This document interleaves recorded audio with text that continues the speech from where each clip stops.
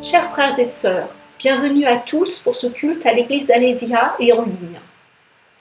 Ce qui compte aujourd'hui encore n'est pas le lieu, mais la communauté que nous formons.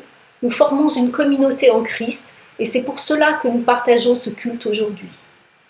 Écoutons ce que Dieu veut pour nous et nous donne la force de faire dans l'Épître aux Galates au chapitre 5.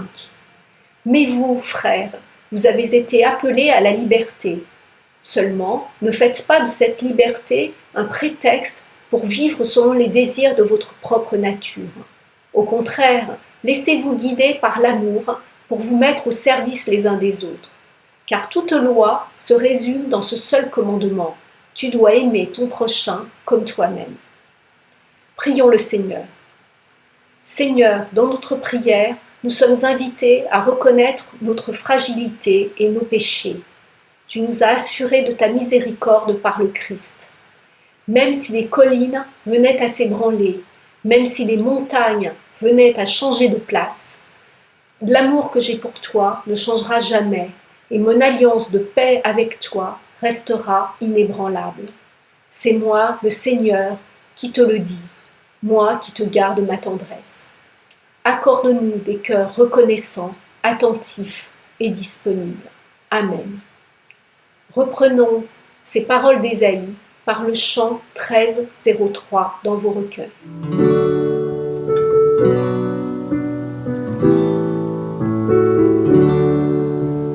Quand les montagnes s'éloigneraient,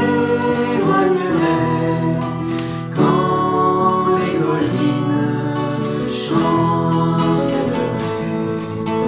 quand les montagnes s'éloigneraient,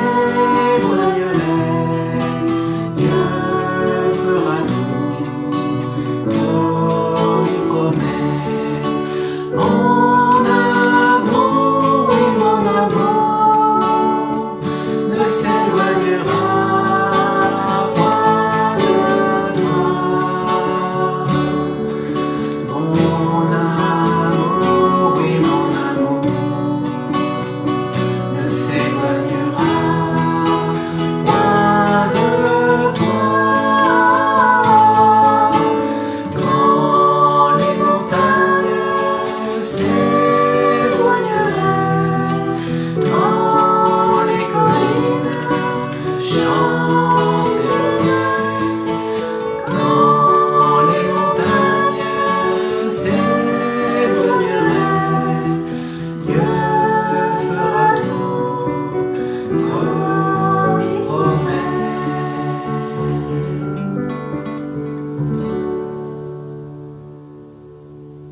Pour beaucoup d'entre nous, cette période d'août est le temps des vacances, en tout cas une période de transition post-déconfinement assez étrange. Dans quelques années, comment allons-nous raconter ce que nous avons vécu à nos enfants ou à nos petits-enfants? Nous expliquerons sans doute avoir pris la mesure de notre fragilité et aussi de notre goût pour la vie et aussi notre envie de liberté. Attention, dans la Bible, la liberté, ce n'est pas n'importe quoi. Ce n'est pas le défoulement post-confinement, je fais ce que je veux, mais c'est un long chemin.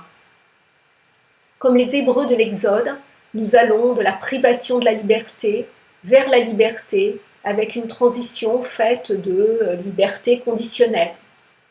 Comme pour ce peuple qui a traversé le désert pendant 40 ans, notre chemin vers la liberté est long.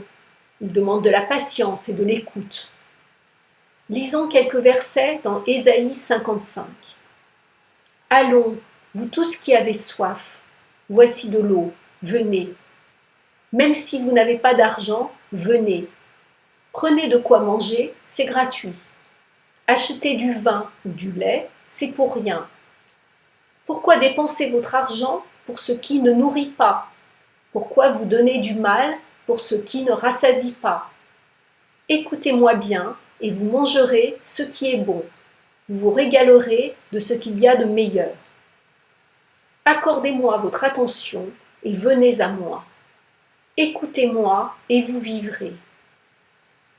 Je conclus avec vous une alliance pour toujours, dit le Seigneur, et vous accorderai les bienfaits que j'avais assurés à David. Face au peuple, J'avais fait de lui un témoin de mon pouvoir. Je l'avais établi comme un chef et un maître pour les peuples.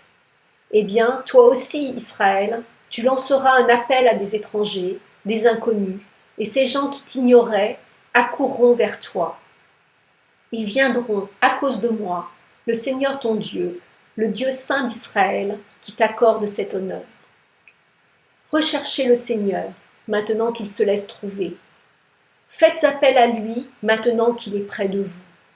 La pluie et la neige tombent des cieux, mais elles n'y retournent pas sans avoir arrosé la terre, sans l'avoir rendue fertile, sans avoir fait germer les graines. Elles procurent ainsi de la semence au semeur et du pain à celui qui a faim. Eh bien, il en est de même pour la parole qui sort de ma bouche. Elle ne revient pas à moi sans avoir produit d'effet, sans avoir réalisé ce que je veux, sans avoir atteint le but que je lui ai fixé. Lisons également quelques versets du psaume 2. Les nations s'agitent, mais pourquoi? Les peuples complotent, mais c'est pour rien. Les rois de la terre se préparent au combat. Les princes se concertent contre le Seigneur et contre le roi qui l'a consacré. Rompons les liens qu'ils nous imposent, disent-ils, rejetons leur domination. Mais le Seigneur se met à rire. Celui qui siège au ciel se moque d'eux. Je vous invite maintenant à écouter ou à chanter le numéro 62-80 dans vos recueils, dans les jours qui viennent.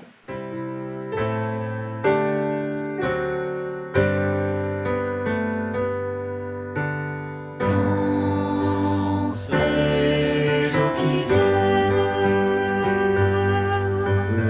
et quoi qu'il advienne,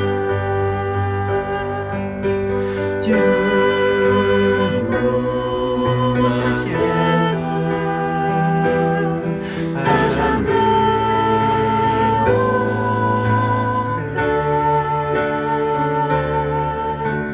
Que par nos prières, notre vie entière soit à Seigneur à jamais en paix. Dans ces jours qui viennent, et quoi qu'il advienne,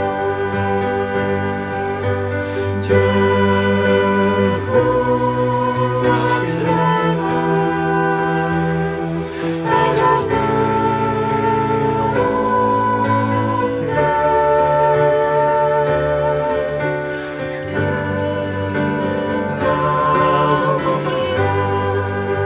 Que par vos prières,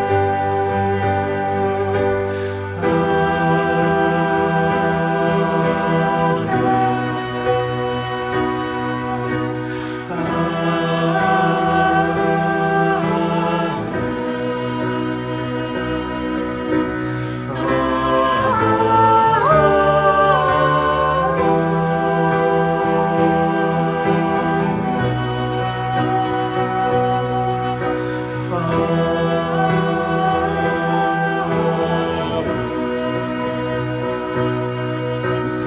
à jamais en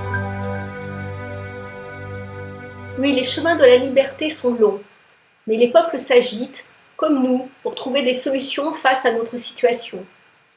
Mais que Dieu fait-il face à cette agitation? Eh bien, il rit. Dieu prend la distance, il prend la patience, il est décalé, il prend humour de notre situation, il rit. Dans Ésaïe 55, il est dit « Accordez-moi votre attention et venez à moi, écoutez-moi et vous vivrez. » La liberté, c'est la vie. L'Évangile, c'est la liberté. Mais vivre la liberté retrouvée, c'est avant tout se mettre à écouter. Et si nous arrêtions de nous agiter pour commencer à écouter?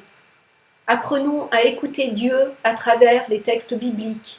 Apprenons à écouter les autres au-delà de leur masque.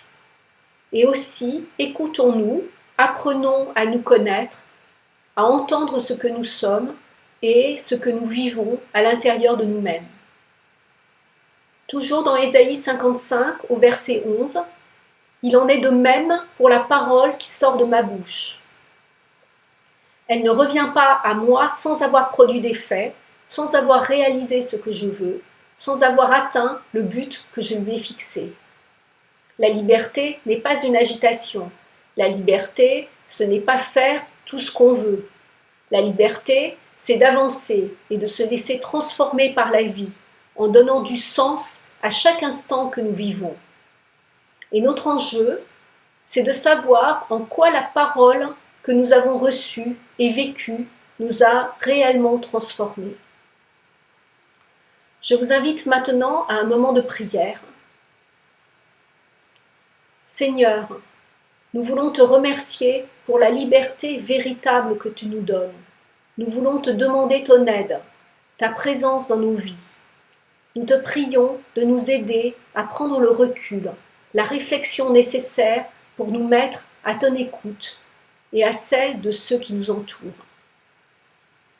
Nous te prions aussi pour tous ceux qui sont dans l'affliction et l'épreuve, dans notre Église et dans le monde. Amen. Terminons ce moment avant la prédication par le chant 35-20 dans nos recueils, Dieu qui nous appelle à vivre.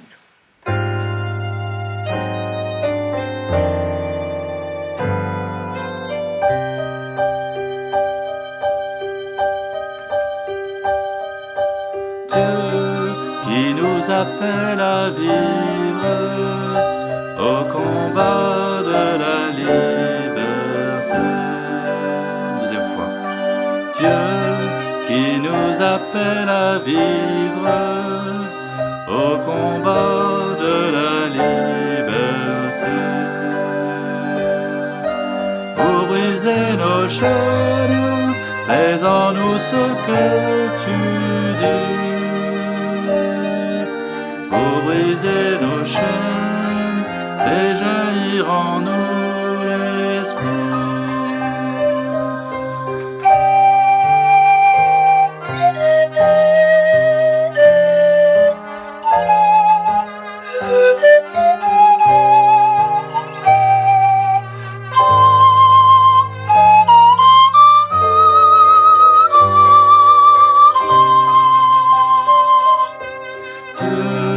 Qui nous apprend à vivre au chemin de la vérité.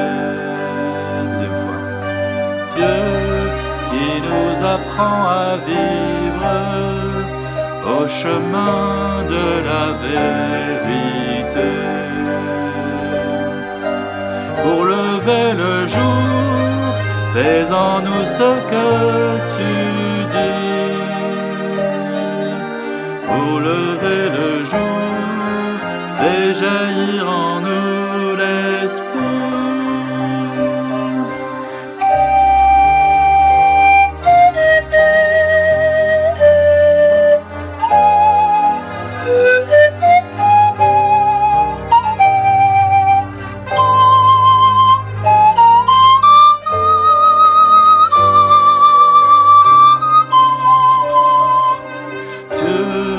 Qui nous invite à suivre le soleil du ressuscité.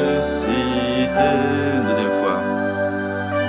Dieu qui nous invite à suivre le soleil du ressuscité. Pour passer la mort, fais en nous ce que tu dis.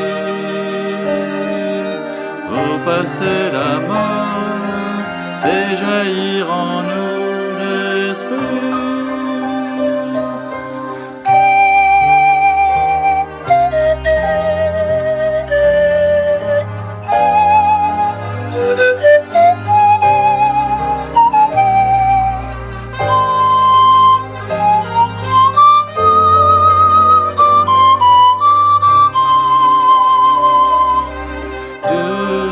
Qui a ouvert le livre où s'écrit notre dignité. Deuxième fois. Dieu qui a ouvert le livre où s'écrit notre dignité. Pour tenir debout, fais en nous ce que tu dis.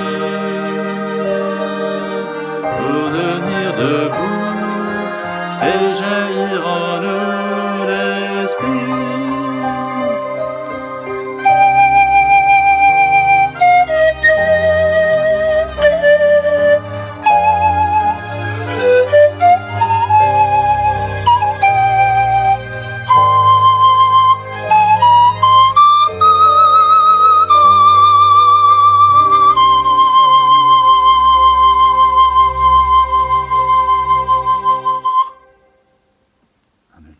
Chère Assemblée, nous poursuivons ce matin notre cheminement avec Jésus et ses disciples. Après les avoir accompagnés dans la traversée du lac de Galilée, nous les retrouvons ce matin dans la région de Césarée de Philippe, une région en territoire non juif, autour d'une question centrale que Jésus pose et qui va animer le texte de ce matin. Cette question est la suivante: qui suis-je? Ou plutôt, pour vous les disciples, qui suis-je? Nous prions.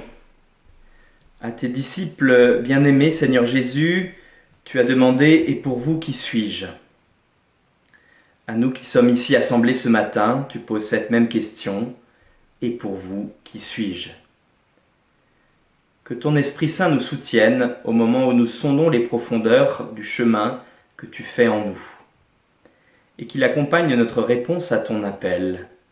Amen. Écoutons une lecture de ce récit dans l'évangile de Matthieu, au chapitre 16, les versets 13 à 19.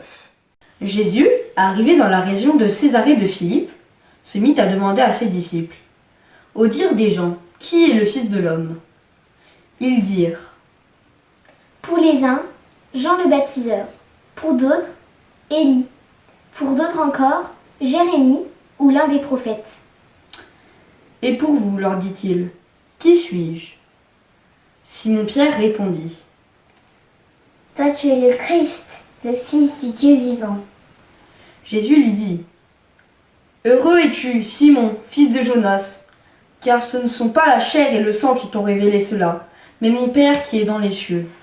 Moi, je te dis que tu es Pierre, et sur cette pierre, je construirai mon église, et les portes du séjour des morts ne prévaudront pas contre elle. Je te donnerai les clés du royaume des cieux. Ce que tu lieras sur la terre sera lié dans les cieux, et ce que tu délieras sur la terre sera délié dans les cieux.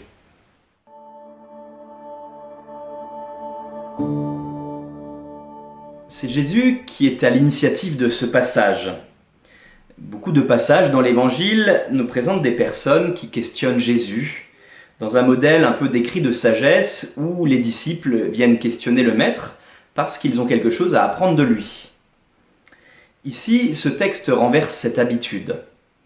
C'est Jésus, le Maître, qui questionne ses disciples parce que justement, il a quelque chose à apprendre d'eux. C'est Jésus qui mène l'enquête, en quelque sorte. Et cette enquête commence par une question assez générale. Au dire des gens, qui est le Fils de l'homme? Fils de l'homme, c'est une désignation qui apparaît 69 fois dans les évangiles synoptiques, toujours et uniquement dans la bouche de Jésus.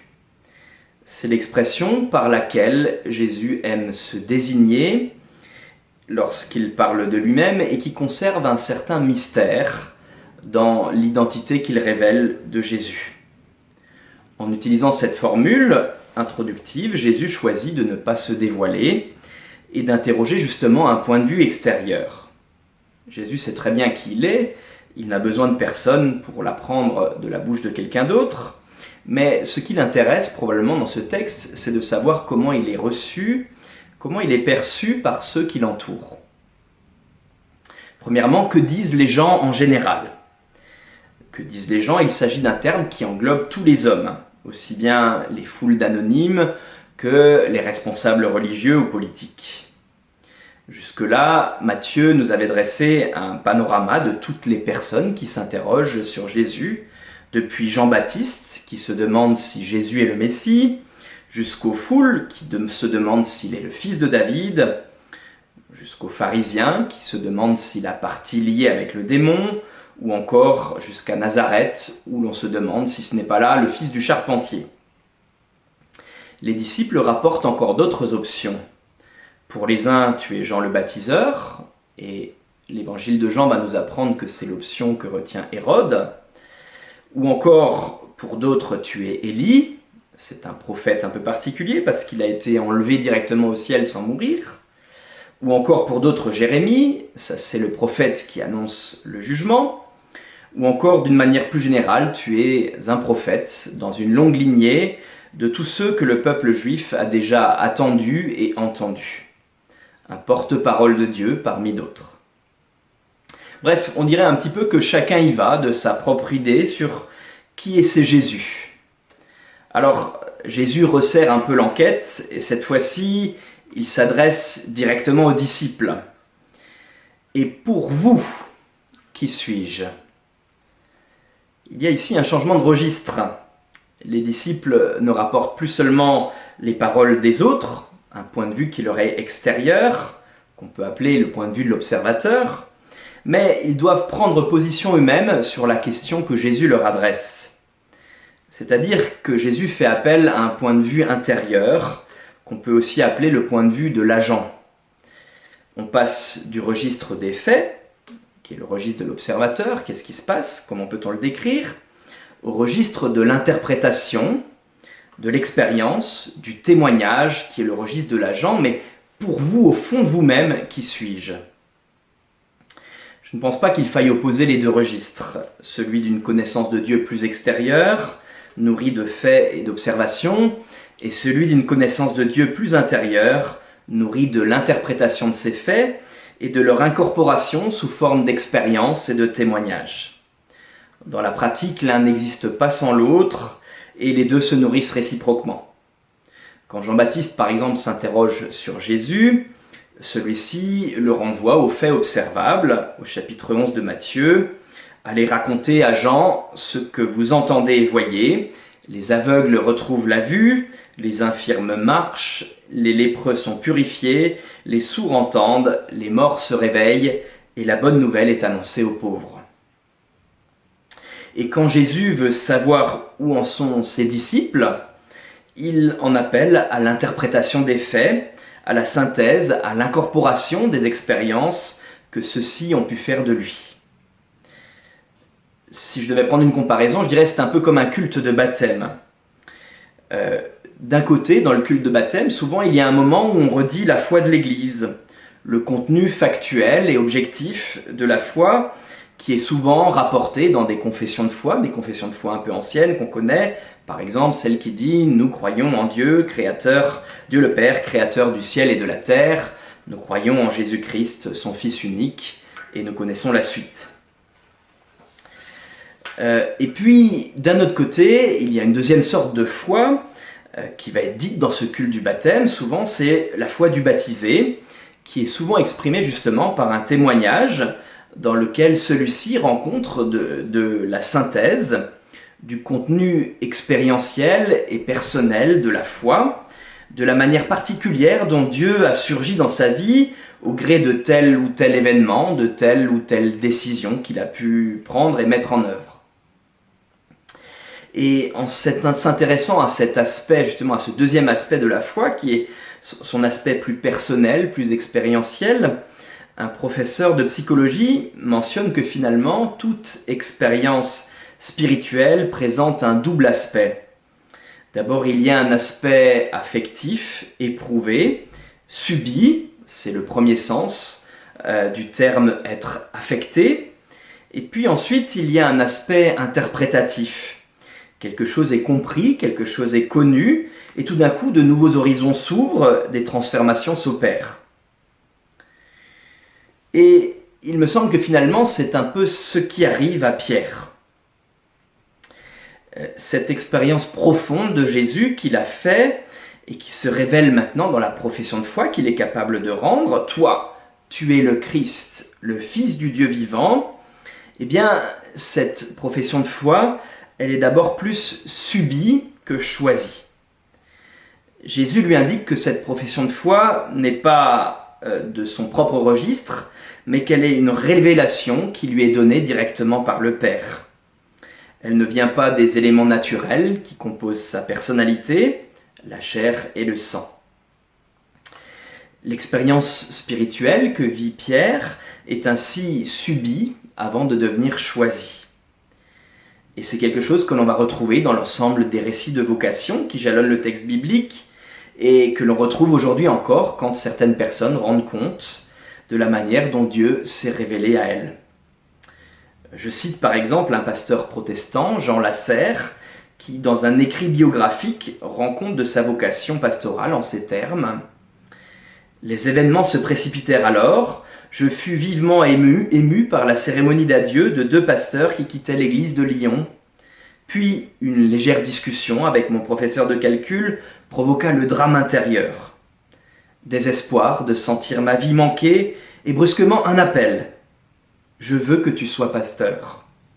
Je ne savais certes pas très bien ce que cela voulait dire être pasteur, mais il y avait une voix en moi qui était plus forte que moi et qui me contraignait à songer à cette tâche, pasteur. Cette voix me parlait comme fait la conscience quand on a un remords. Son appel me troublait par son imprévu beaucoup plus que par sa simplicité. Si vraiment il le veut, je serai pasteur, pensais-je seulement. Ce récit, comme les précédents, nous dit simplement qu'il y a une expérience subie avant d'être choisie, une adresse particulière à laquelle le moi ne peut pas résister, à laquelle il doit abdiquer. Une adresse intérieure, éminemment liée à une histoire de vie particulière et unique, que Dieu connaît et qu'il vient justement à un moment interpeller de manière toute particulière. Le texte de Matthieu 16 se tisse d'ailleurs dans cette dynamique de l'appel et de la réponse. À partir du moment où Pierre a pu recevoir au plus profond de lui-même que ce Jésus est le Messie, qu'il est le Fils de Dieu, qu'il arrive à accepter cela et à le formuler, alors Jésus va pouvoir lui dire qui il est vraiment, va pouvoir lui parler de son identité profonde à lui. C'est un peu comme si leurs 2 identités profondes étaient liées, intimement liées, et si la découverte par Pierre de l'identité profonde de Jésus amenait la découverte par Pierre de son identité profonde à lui. En quelque sorte, l'identité profonde du disciple ne peut pas émerger sans que soit reconnue l'identité profonde du maître. Alors, comment comprendre l'identité de Pierre que Jésus est en train de lui révéler par ces versets ? Moi, je te dis que tu es Pierre, et sur cette pierre je construirai mon église, et les portes du séjour des morts ne prévaudront pas contre elle. Je te donnerai les clés du royaume des cieux, et ce que tu liras sur la terre sera lié dans les cieux, et ce que tu délieras sur la terre sera délié dans les cieux. Ces déclarations de Jésus ont fait l'objet de beaucoup d'interprétations, et notamment d'interprétations liées à des traditions ecclésiales et d'interprétations que je dirais assez institutionnelles. La tradition catholique romaine y a vu une affirmation de la primauté de Pierre et considère que ce qui est dit de Pierre ici s'applique ultérieurement également aux évêques de Rome. La tradition protestante estime que cette interprétation n'est pas raisonnable et propose une certaine autre interprétation, par exemple, que Jésus n'entend pas bâtir son Église sur Pierre et sur ses successeurs, mais plutôt qu'il la bâtit sur la confession de foi de Pierre, qui reconnaît en Jésus le Messie, le Fils du Dieu vivant. Ainsi, ce n'est pas Pierre qui construit l'Église, mais c'est la confession de foi que Jésus est le Christ, le Fils du Dieu vivant, qui construit l'Église. Permettez-moi d'opter pour une troisième option qui a ma préférence, cette option qui considère que Jésus révèle bien à Pierre la vocation particulière qu'il lui adresse. L'Église dont parle Jésus, me semble-t-il, n'est pas à comprendre comme l'Église structurée que nous connaissons aujourd'hui, mais comme la première communauté de foi, qui est présente par la première communauté des disciples, et qui va s'étendre notamment à la Pentecôte, au moment où la première Église va naître.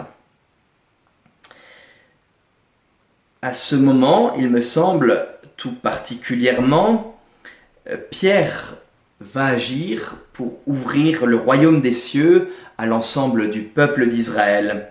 Royaume dont le peuple était exclu justement parce qu'il était responsable de la crucifixion de Jésus. Et Pierre, à ce moment, en cette première Pentecôte, invite le peuple à reconnaître sa responsabilité, il l'invite à recevoir le pardon de Dieu et à entrer dans une vie nouvelle, dans une communauté de foi centrée sur Jésus, dans laquelle le peuple peut entrer justement par le baptême reçu pour le pardon des péchés. En faisant cela, justement, Pierre délie les charges qui pèsent sur le peuple d'Israël et ouvre les portes du royaume de Dieu. Il en fera de même dans la suite du livre des Actes des Apôtres, notamment avec Corneille et les non-juifs au chapitre 10, en mentionnant que eux aussi sont inclus dans le projet d'amour de Dieu. Si bien que finalement on a l'impression que l'identité profonde de Jésus et l'identité profonde de Pierre sont intimement liées à leur action. Pierre est une pierre fondationnelle sur laquelle l'Église va pouvoir se construire justement parce qu'il permet aux uns et aux autres de relire leurs histoires de vie à la lumière de la personne de Jésus-Christ. Il va permettre au peuple juif de relire son histoire à la lumière de la personne de Jésus-Christ, et il va permettre aux non-juifs, Corneille en premier lieu, mais aussi tous ceux qui le suivent, de relire leurs histoires à la lumière de la personne de Jésus-Christ. Alors en conclusion, je crois que cette vocation que Jésus révèle à Pierre continue de nous être adressée à nous en tant que disciples par extension, dans des dimensions et des conditions particulières qui correspondent aux particularités et à l'unicité de chacune de nos vies. Cette vocation qui nous est adressée continue de porter le même nom, elle s'appelle Église. Elle est un appel sans cesse renouvelé à reconnaître et faire l'expérience de Jésus-Christ, à lire et relire encore et encore nos vies à la lumière de Jésus-Christ, et à faire l'expérience profonde de ce Jésus-Christ comme principe et puissance de vie. C'est cet appel que nous renouvelons semaine après semaine lorsque nous nous entendons dire qui nous sommes vraiment, qui chacun de nous est vraiment, à partir du point de vue de Jésus crucifié et ressuscité. Un théologien estime que l'acte de délier, qui est mentionné dans ce passage, évoque et comprend un sens plus global, et comprend dans un sens plus global le sens de la libération, le sens du salut, le sens de la purification, le sens du pardon, le sens de l'absolution au sens étymologique du terme. C'est tout cela qu'implique pour Jésus la véritable guérison, et c'est tout cela que Jésus communique à Pierre et à l'ensemble de ses disciples en leur disant leur véritable identité. Il s'agit au sens fort d'un acte de salut, et ce salut concerne tout l'homme dans toutes ses dimensions, corps et âme, vie spirituelle, psychique et physique tout à la fois. C'est dans tout cela que Jésus nous entraîne, c'est dans tout cela qu'il nous entraîne lorsque nous participons à son Église semaine après semaine. Alors avec Pierre, nous aussi, nous acquiesçons et nous disons « Oui, Seigneur Jésus, tu es le Christ, le Fils du Dieu vivant. Amen. » Voici quelques annonces. Suite à la terrible explosion survenue à Beyrouth, au Liban, la Fondation du protestantisme, via sa plateforme Solidarité protestante, lance un appel pour récolter des fonds et venir en aide aux victimes. Le CEL, sur son site internet, a également ouvert un fonds d'urgence Liban. Suite au décès tragique du pasteur Edward Nelson, une cérémonie de reconnaissance sera organisée le samedi 12 septembre à 14h30.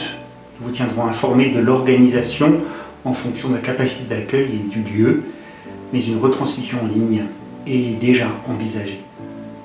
Cette semaine, vous recevrez de la part de la commission Temps fort et animation un questionnaire en ligne. Merci de prendre le temps d'y répondre. Dimanche prochain, nous vous donnons rendez-vous pour notre culte, vidéo, même heure, même modalité. Pour ceux qui le souhaiteraient, vous pouvez nous rejoindre au 85 rue d'Alésia dans la limite des places disponibles en cette période de crise sanitaire. Je vous invite maintenant à intercéder pour ce monde. Nous prions. Dieu Tout-Puissant, dans ta parole, nous lisons que tu es le refuge de tous ceux qui cherchent un vrai secours. Aussi nous venons nous recommander à ta bonté et t'adresser nos prières pour tous les hommes. Oui Seigneur, protège ton Église dans ce monde ainsi que notre communauté. Corrige ses erreurs, guéris-la de ses divisions, afin qu'elle annonce fidèlement ton salut, ton amour. Affermis-la contre le pouvoir du mal et du malin. Nous te prions pour les décourager, pour tous ceux qui souffrent de ne pas suffire à leur tâche. Dans leur épreuve, donne-leur d'espérer en toi. Accorde-leur la liberté et l'assurance que tu accordes à tous tes enfants. En cette période de pandémie inédite, souviens-toi de tous les malades, de tous ceux qui les soignent, de tous ceux qui voient souffrir et mourir ceux qu'ils aiment. Aie compassion des personnes âgées et de tous ceux dont l'inaction et la distanciation sociale accablent. Ramène à toi tous ceux qui sont égarés et pitié de ceux qui ignorent la pauvreté de leur foi. Attire à toi ceux qui ne savent pas te prier et fortifie tous ceux qui n'ont d'autre espérance que toi. Dirige les hommes qui gouvernent les nations dans cette situation de crise sanitaire et économique. Éclaire ceux qui administrent la justice, secours les peuples victimes de la guerre, de la maladie, de cette pandémie. Inspire à toutes les nations la volonté de vivre en paix, dans le respect des plus faibles. C'est pourquoi, Seigneur, nous te confions ceux qui aujourd'hui souffrent, car confrontés à de tragiques situations. Nous pensons à tous ceux qui vivent au Liban aujourd'hui.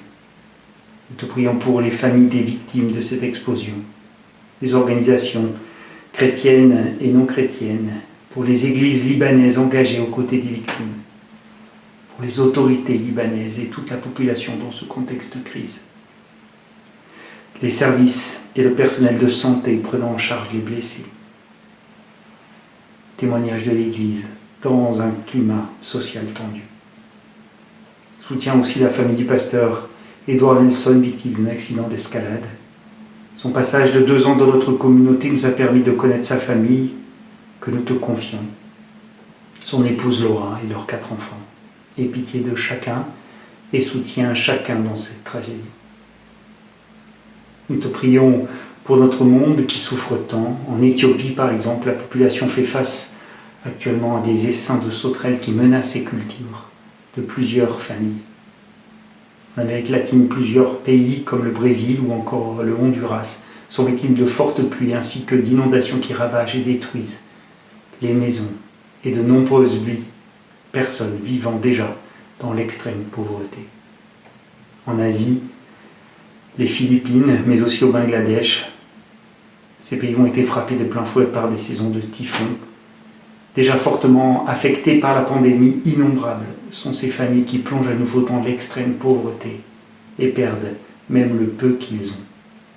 Seigneur, aie pitié. Cependant, toi qui es le Dieu de la vie, nous voulons te remercier pour la vie que tu accordes et que tu soutiens. Nous te remettons tout particulièrement la venue dans ce monde de la petite Helena cette semaine chez Siméon et Daphné. Veille sur chacun. Seigneur, aie pitié de ce monde que tu as créé et qui t'appartient. Accueille et exauce dans ta grâce les prières de ceux qui se confient en toi, pour l'amour de Jésus-Christ, ton Fils, notre Seigneur. Amen. En guise de paroles de bénédiction, je vous propose ces paroles que chantait le peuple d'Israël lorsqu'il se rendait au temple. Psaume 131, cantique démonté de David. Éternel, je n'ai ni un cœur arrogant, ni des regards hautains. Je ne m'engage pas dans des questions trop grandes ou trop merveilleuses pour moi. Loin de là, j'ai imposé le calme et le silence à mon âme, comme un enfant sevré auprès de sa mère. Mon âme est en moi, comme un enfant sevré. Et le psalmiste d'ajouter alors ceci: Israël, entendez, peuple de Dieu, attends-toi à l'Éternel, dès maintenant et à toujours. Aussi, que la grâce et la paix vous soient accordées en abondance en Jésus-Christ, notre Sauveur et notre Seigneur. Et je vous propose de clôturer ce temps de culte en chantant à notre tour ces paroles du psalmiste.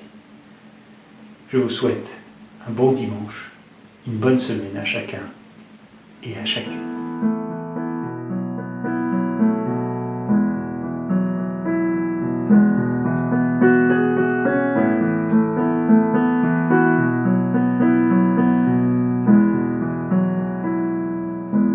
C'est dans le calme et la tranquillité que sera notre force.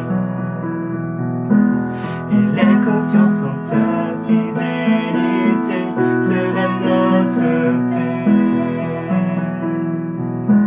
C'est dans le calme et la tranquillité que sera notre force.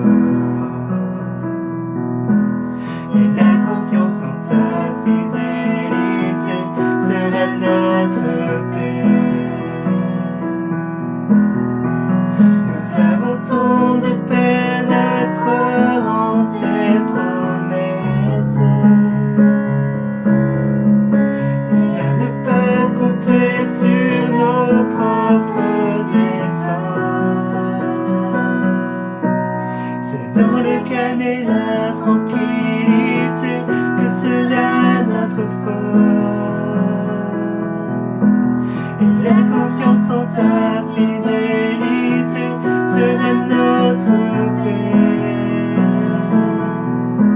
C'est dans le calme et la tranquillité que sera notre force.